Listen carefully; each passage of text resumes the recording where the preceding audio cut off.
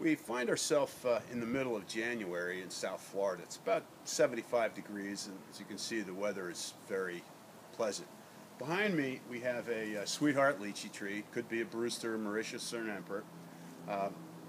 And as you can see, that we're beginning to see the emergence of bloom. Typically, lychee trees will bloom sometime between the middle of January to the middle of February, although this isn't always the case. There are times 3 years ago when the bloom happened at the end of March.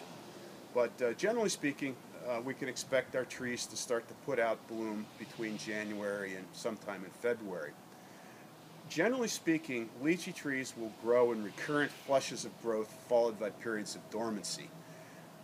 Ideally, what you want is for the tree to enter the winter months in a state of dormancy, so when the tree does actually begin to break buds or put out vegetative growth, if that growth is exposed to temperatures below 68 degrees, what happens is the growth will emerge as a bloom spike, as you see here. In this case, the growth is emerging as actually a flush of growth, and it may or may not morph into a bloom. Sometimes what happens is you'll get the growth to emerge, you'll get a cold spell, and then you'll get a mixed flush that's both growth and bloom spikes.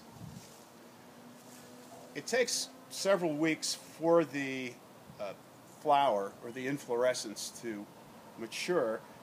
At the end of the maturation period, you'll get flowers. You have male and female flowers develop, which later on will set fruit and, of course, become lychees.